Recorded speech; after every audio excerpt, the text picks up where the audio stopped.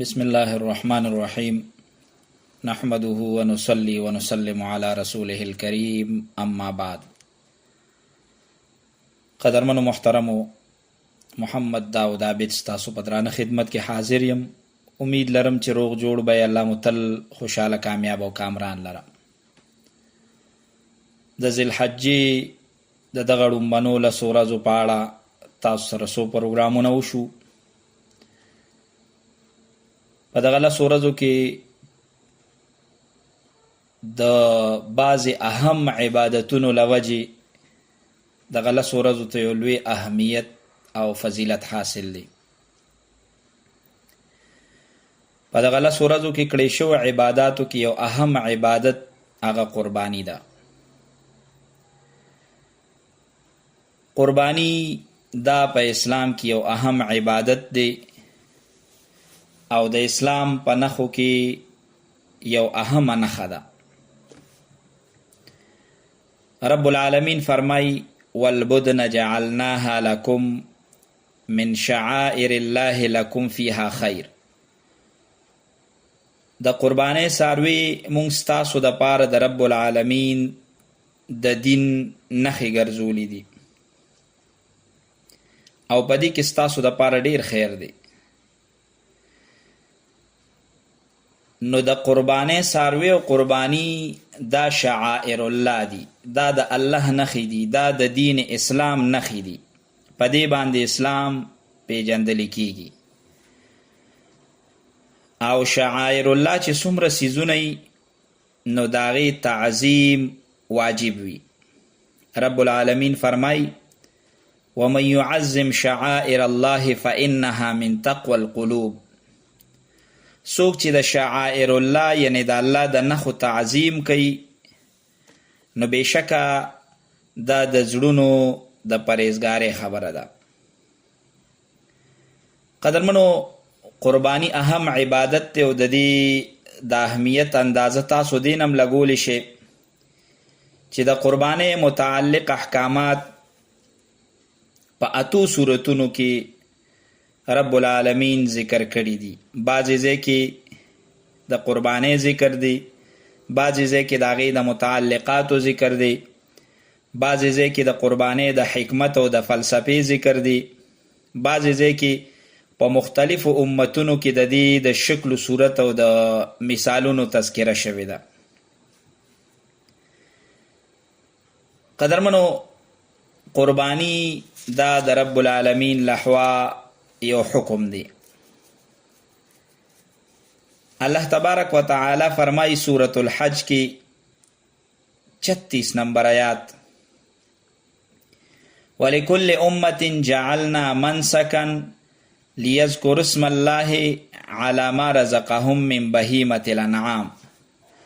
مونږ د هر امت دپاره قربانی مقرر کړي دې دپاره چې دی ته کم څاروي ورکړي په هغې باندې دي د ذبح کولو په وخت کې د الله تبارک و تعالی نوم واخلي. قدرمنو قربانی دا د قرآن مجید نه هم ثابت ده او د احادیث مبارکو نه هم ثابت ده. د قربانی دا حکم دا د قرآن نه هم ثابت ده او د احادیث نه هم ثابت ده.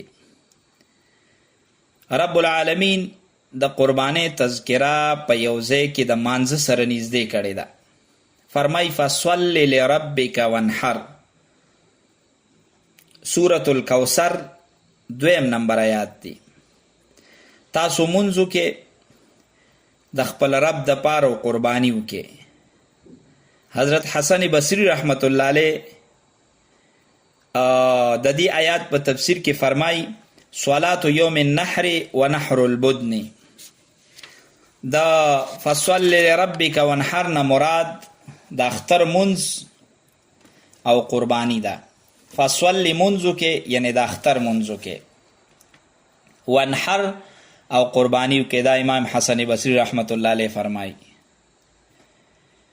نور مفسرین هم د دې آیات په تشریح کې هم دغه خبرې لیکي چې یاره د صل نه مراد غټ اختر منز دی او د نحر نه مراد قربانی ده. بعضې پکې نور اقوال هم شته دي. خو معلومه دا شو چې د قرآن مجید دغه آیات نه د قربانی حکم ثابت دی.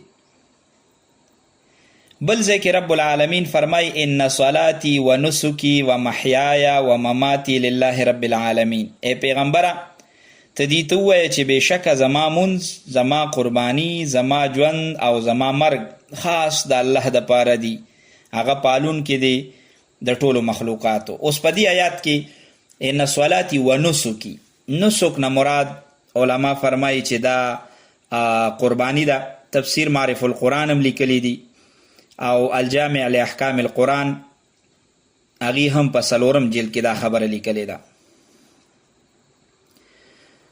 په دغه وړاندې آیات کې الله فرمایي فصل لربک وانحر، د مونځ سره خوا کې د قربانۍ ذکر وکړو.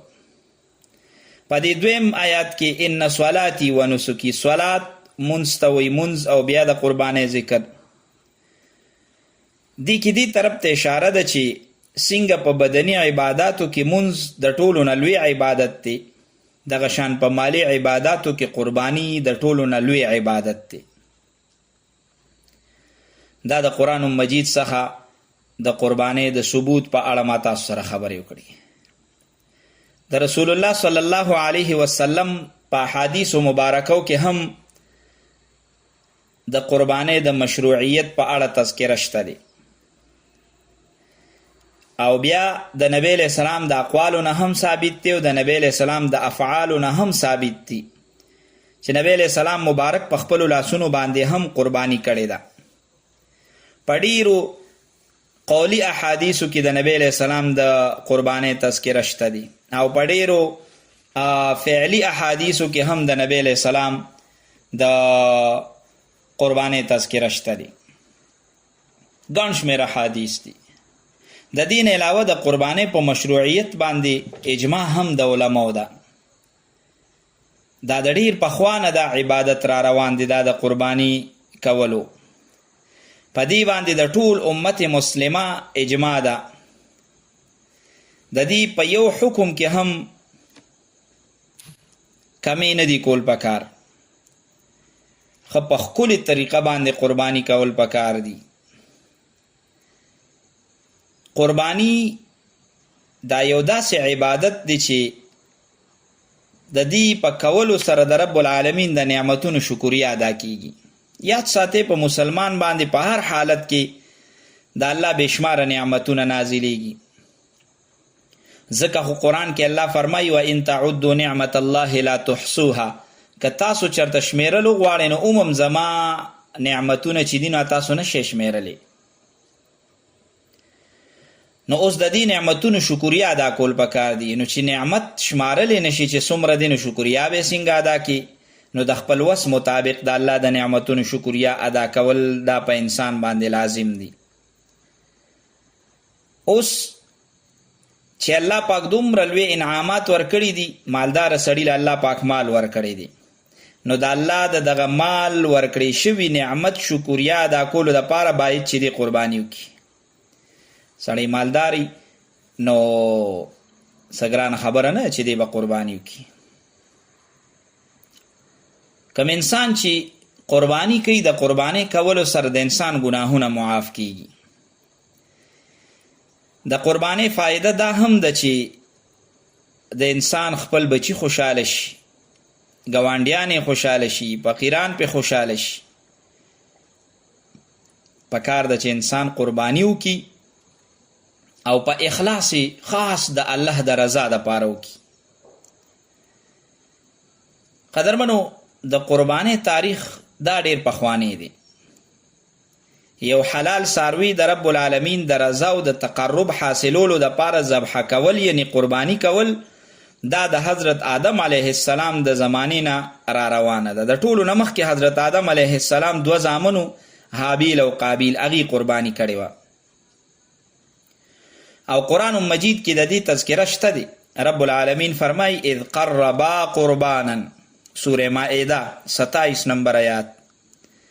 هر کله چې د دواړو قرباني وکړه نو معلومه شو چې د حضرت آدم علیه السلام د زمانې نه د قربانۍ دا سلسله را روانه ده. بیا په نورو انبیاء کرامو کې هم د قربانۍ دا سلسله وه، خو د هغه خلکو په زمانه کې د قربانۍ د قبلېدو علامه به دا وه چې د اسمان نه به اور راغی، هغه به یې وسوځوله، نو دا قرباني به قبوله شوه. هغه خلکو دپاره د قربانۍ د غوښه خوړل دا جایز نو. په امت محمدیه خو رب العالمین دا یو ډیر لوی احسان او انعام کړی دی چې دې ته د قربانۍ غوښه خوړل دا جایز ګرځولی دي. د جاهلیت په زمانه کې به خلکو قربانی کوله، خو هغه به د بوتانو په نوم باندې کوله. قدرمنو، قربانی دا د حضرت آدم علیه السلام د زمانې نه را روانه ده. اوس د قربانی حکم څه دی؟ نو یاد ساتئ، قربانی واجب ده. حضرت امام ابو حنیفه رحمت الله علیه فرمایي چې په هر عاقل، بالغ، آزاد، مقیم او صاحب نصاب مسلمان نارینه او زنانه باندې قربانی واجبه ده. ځکه رسول الله صلی الله علیه وسلم مدینه طیبه کې 10 کاله تیر کړي او هر کال به قربانی کوله، او په خپله د کولو سره سره به صحابو ته هم د دې تاکید فرمایي چې یاره تاسو قربانی وکړئ. نو معلومه شو چې قربانی واجب ده. قدرمنو، د قربانی د وجوب د پاره دا هم کافی ده چې نبی علیہ السلام په مدینه طیبه کې د قربانی کولو پابندی کړی ده، همیشوالی پې کړی دی. عبدالله ابن عمر رضی الله تعالی عنهما فرمای اقام رسول الله صلی الله علیه وسلم بالمدینه 10 سنین یضحی کل سنه. نبی علیہ السلام د هجرت نه وروسته مدینه طیبه کې 10 کاله قیام کړی او په هر کال به نبی علیہ السلام قربانی کوله. او بیا په تیره د حجۃ الوداع په موقع باندې خو نبی علیہ السلام 100 اوښان قربانی کړي. دا مسلم شریف روایت نقل کړی دی، اوږد حدیث دی. په هغې کې دا خبره ذکر ده چې د حجۃ الوداع په موقع باندې رسول الله صلی الله علیه وسلم د 100 اوښانو قربانی کړې وه. بعض روایاتو کې د 3 شپېته ذکر دی چې یاره 3 شپېته اوښانو قربانی کړې وه، بعضې کې د 27 دی. قدرمنو، د ټولو خبرو مقصد دا دی چې قربانی دا واجب ده، او چې په چا باندې قربانی کیږي باید چې هغه قربانی خامخا وکړي. تفسیر کبیر کې صاحب د تفسیر کبیر لیکلی دی چې په حجۃ الوداع کې رسول الله صلی الله علیه وسلم 100 اوښان ذبح کړل، او په دې اوښانو کې ډیر په خپل لاس مبارک باندې ذبح کړل. او د نبی علیہ السلام یو معجزه وه چې نبی علیہ السلام چاړه راواغشته او اوښ به یې ذبح کو، نو یو به د بل نه رامخکې کېده چې د الله پیغمبره چې ما ذبح کی. اول ما ذبح کا. نبی علیہ السلام چې کله مبارک د اوښانو په ذبح کولو ستړي شو، نو به حضرت علی رضی الله تعالی عنه راوغوښته باقي د ذبح کاري هغه ته حواله کو، حکم یې وکړ چې باقي ته ذبح کا. د ابو داود شریف روایت دی. عبدالله ابن قرد رضی الله تعالی عنه د خپلو سترګو لیدلې حال بیانوي. وی وقرب لرسول الله صلی الله علیه وسلم بدنات 5 أو 6 فاتفقنا یزدلفنا الیه بایتهن یبدا. و یو ځل رسول الله صلی الله علیه وسلم ته 15 یا 16 اوښان د قربانۍ د پاره نږدې راوستې شو. پدې کې هر یو اوښ به نبی علیہ السلام ته د رانږدې کېدو کوشش کو، او دا کوشش به کو چې رسول الله صلی الله علیه وسلم اول چاړه په ما راکاږي او ما ذبح کی.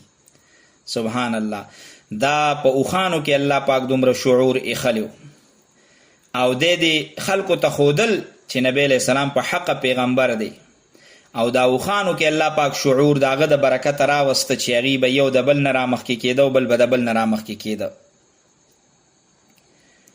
قدرمنو، رسول الله صلی الله علیه وسلم چې کله د دنیا نه تشریف وړه، نو حضرت علی رضی الله تعالی عنه ته وصیت وکړ.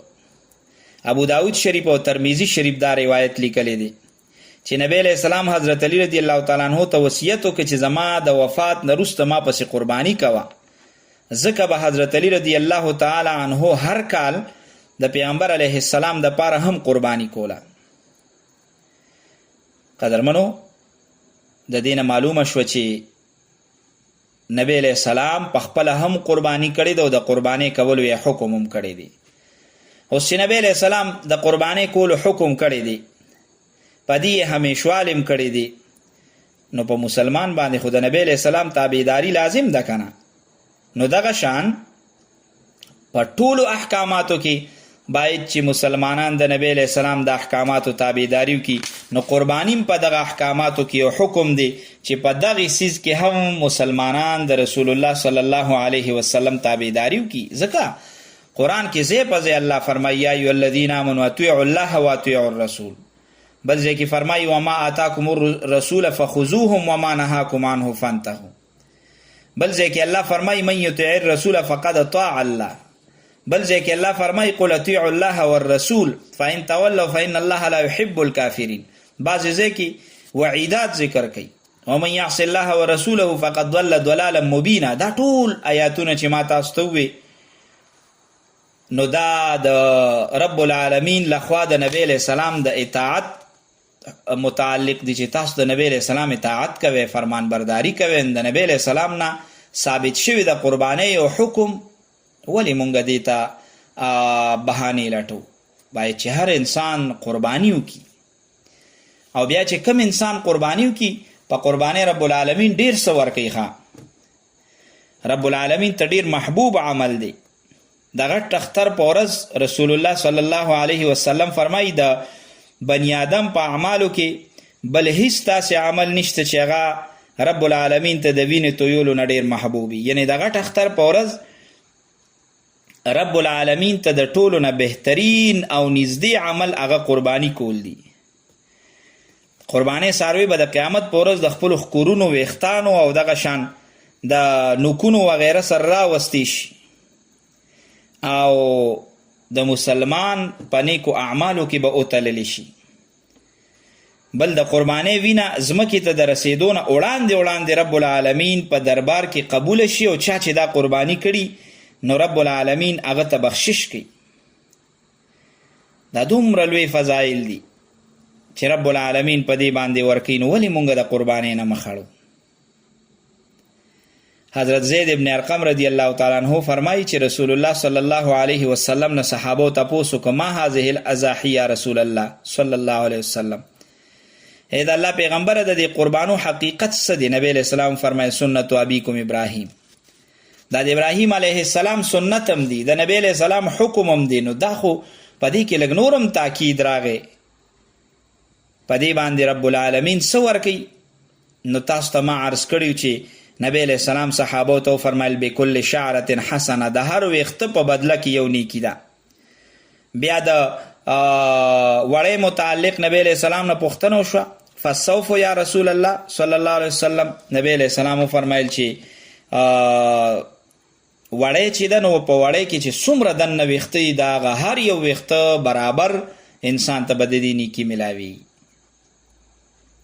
قدرمنو تاسو یو څاروی وګورئ او په هغې ویخته دا د شمارلو نه وي چې یاره څومره ویخته دي پې، نو معلومه شو چې قربانۍ ثواب هم دغه نه زیات دی. د دې وجې نه علما فرمایي چې یو سړی څاروي اخلي نو ښه خبره دا ده که میخین څاروي وي هم پې قرباني کېږي، ثواب یې زیات دی. خو که غوین څاروي میلو شي نو په هغې ویخته ډېر زیات وي، د هغې ثواب به نور هم زیات شي. نو غوین څاروي باندې قرباني د میخین څاروي په مقابله کې دا غوره ده. خو دا صرف د بهتروالي خبره مې درته وکړه.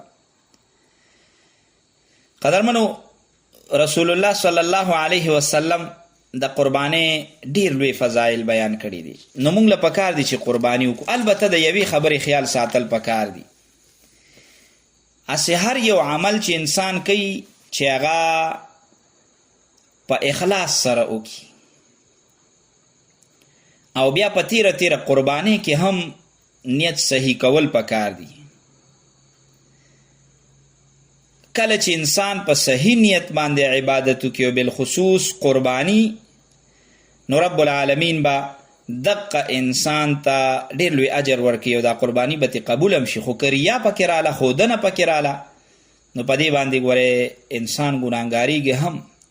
دا زمونږ وس دی، رب العالمین ته د دې څه ضرورت نشته دی، خو د خپلې فایدې دپاره او د خپلو درجو د اوچتولو دپاره پکار دی چې مونږ او تاسو قربانی وکړو او د الله نه پې تمه وساتو چې الله پې زمونږ بخښنه وکړي او الله پې زمونږ درجې اوچتې کړي. په تېرو زمانو کې به دا یو دستور و چې کله به یو انسان د باچا دربار ته ته نو د ځان سره به یې وله څه تحفه وړه او یو بیړه به یې باچا له ورکړه. اگر چې باچا ته به د هغې څه ضرورت خو نه و، خو دې سره به مقصد دا و چې کیدی شي باچا زما دا تحفه وګوري او خوشحاله شي، ماله به په بدله کې ډېر انعام راکړي. علامه رومي رحمت الله علیه په دې باندې یو واقعه لیکلې ده. بغداد سره نږدې یو بانډه وه، په هغې کې یو بانډچي سړی اوسېده. یو ورځ دې بانډچي سړي اراده وکړه چې یاره زه د باچا دربار ته لاړ شم. نو کور والا سره بیبي سره مشوره وکړه چې یاره زه خو د باچا دربار ته مې زړه کېږي چې لاړ شم، خو څه داسې تحفه ځان سره یوسم چې د باچا لایق وي او باچا هغه مانه والي او خوشحاله شي پې، نو څه داسې تحفه والا یوسم. د بادشاه یعنی د بغداد چې کوم بادشاهانو نو هغه زمونږ د بادشاهانو باندې غوندې داسې معمولی بادشاهان نه وو. هغې لوی لوی علاقو باندې به بادشاهي کول او د هغې بادشاهت هم سم بادشاهت و. بهرحال بانډچي چونکې په یو وړه بانډه کې اوسېده، بهر دنیا نه خبر نه او بیبي هم دغه شان وه. نو بیبي والا مشوره ورکړه چې ته داسې کار وکړه چې ته ځې نو ځان سره د دې کوی پاکې او خوږې اوبه یوسه. بادشاه له د خپل کوی دا خوږې اوبه یوسه، یو منګي راواخله او په منګي کې به دله دا اوبه واچوم، زمونږ د کوی اوبه چې دی ډېرې زیاتې خوږې دي. کیدی شي چې بادشاه داسې خوږې او پاکې او سپینې اوبه چېرته نه وي څکلې او نه لیدلې وي، نو دا وله یوسه به په دې خوشحاله شي.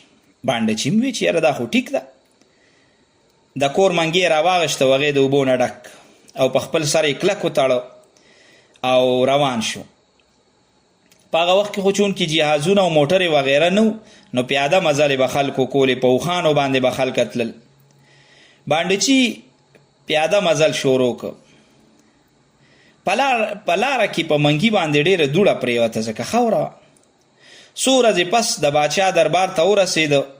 نو باچا ته سلام وکړ او باچا ته عرض وکړه جناب ما ستا په خدمت کې یو بهترینه تحفه راوړې ده. باچا ورته څه تحفه دې راوړې ده؟ ده ورله د اوبو منګې مخې ته کېښو، ورته وی چې دا زمونږ د کلي د کوی صفا او بهترینې اوبه دي، تاسو به داسې اوبه چېرته نه څکلې وي او نه به لیدلې وي، نو ما ځکه دا تحفه راوړه، لحاظه دا زما نه قبوله کړي. بادشاه ورته وی ته دا منګې د سر نه لرې که. کله چې بانډچي منګې د سر نه راکوز که نو په ټوله کمره کې بدبویي خوره شوه، ځکه په دې اوبو کې څو ورځې تېرې شوې وې، د منګي د پاسه ډېره دوړه جمع شوې وه. باچا ځان سره سوچ وکړه چې دې عجز بنده د بانډچي د خپل وس مناسب هدیه راوړې ده، دومره مینه یې را سره کړې ده، لحاظه دې خفه کول نه دي پکار.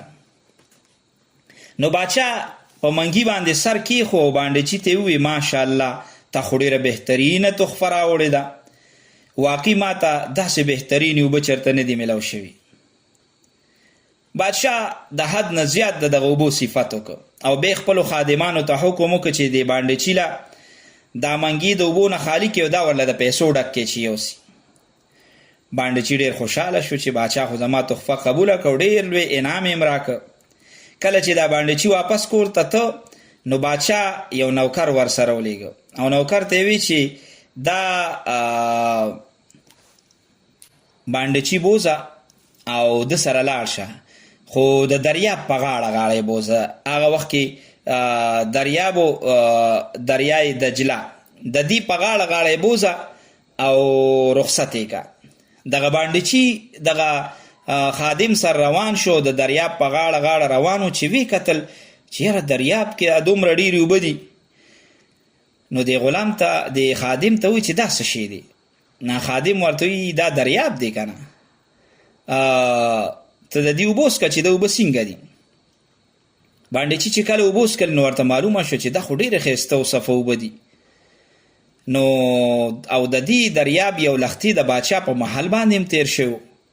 اوس بانډچي د ځان سره سوچ وکړي چې یا الله دا خو دومره ښایسته اوبه دي، دا د بادشاه په محل کې هم تیریږي، هغه ته خو زما د اوبو اړو څه ضرورت هم نو، ما چې کومې اوبه راوړې هغه خو بدبویې هم وي، زه خو د انعام په ځای د سزا مستحق وم، خو بیا هم باچا ماله سزا را نه کړه بلکې اوبې راله بلکې زما هغه اوبه یې قبولې کړې او د هغې په عوض یې ماله دومره پیسې راکړې. نو خوشحاله شو. علامه رومي رحمت الله علیه دا واقعه ذکر کړه او د دې لاندې ولیکل چې زموږ ټول عبادت همدغه شان دی، اگر چې د رب العالمین د شان لایق نه دی هر یو عبادت، ځکه د دې شرایط او آدابو ته که وکتلی شي موږ د هغې خیال نه ساتو. په کار دا ده چې دا عبادت موږ ته په مخ باندې راویشتلی شي، خو بیا هم رب العالمین مهربانه ذات دی چې کله یو بنده د خپل طاقت موافق اخلاص سره عبادت وکړي، الله پاک دغه عبادت قبلی او ډېر لوی اجرونه پې ورکوي. نو موږ به دې ته نه ګورو یاره زما عبادت خو داسې دی هغسې نه، اخلاص پیدا که د الله رضا مقصد وګڼه، نو که کمزور عبادت می الله پاک به پې تاله ډېر عرصه درکړي. قدرمنو مقصد او غرض دا دی چې قرباني وکړو، د قربانۍ دا عبادت د زړه د اخلاص وکړو او د الله تبارک وتعالی د رضا دپاره یې وکړو. انشاءالله العزیز وړاندې به نورو پروګرامونو کې بیا تاسو سره ملاقات کیږي. وخت پروګرام په دغه ځای را سره پای ته رسي. په دغه دعا محمد داود عابد ستاسو لخوا اجازه اخلم چې هر ځای کې قدرمن او خوشحاله اوسئ. دلوي الله په امان.